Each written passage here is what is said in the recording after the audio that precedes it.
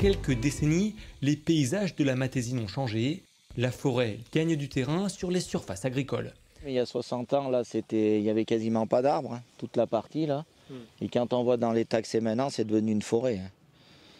Et on voit les alpages qui commencent à se boucher et tout. Et s'il n'y a plus d'aide, de toute façon, on ne peut plus être de partout. Déjà d'une, en agricole, le gros problème qu'il y a, c'est la main-d'œuvre. Donc si on n'est pas aidé en plus pour débroussailler, le paysage va se refermer.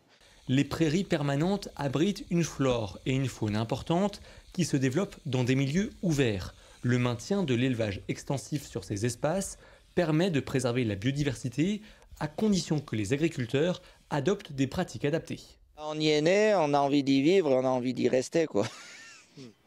Et pas être au milieu des buissons d'ici 15 ans. On est quand même les premiers facteurs de cette biodiversité. Stéphane Bonnoy élève 65 vaches laitières et comme plus de 170 autres agriculteurs du Sud-Isère, il s'est engagé pour 5 ans dans des MAEC, des mesures agro-environnementales et climatiques.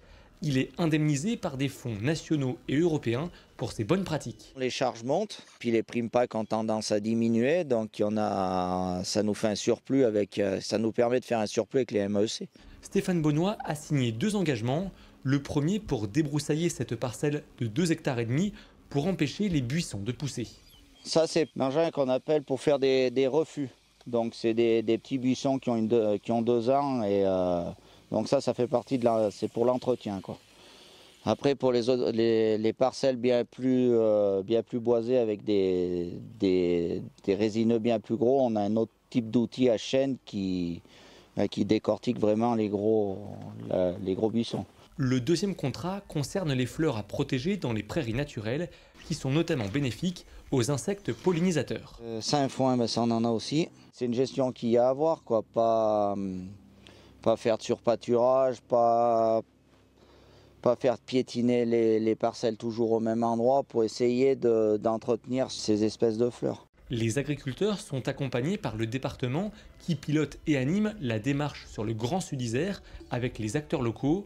Après une journée de formation obligatoire, les agriculteurs remplissent une feuille de suivi pour répertorier les interventions effectuées sur les parcelles. Grâce au contrat MAEC, les agriculteurs du Grand Sud-Isère percevront 4,7 millions d'euros d'aide sur 5 ans, un système gagnant-gagnant qui permet de pérenniser une agriculture de moyenne montagne.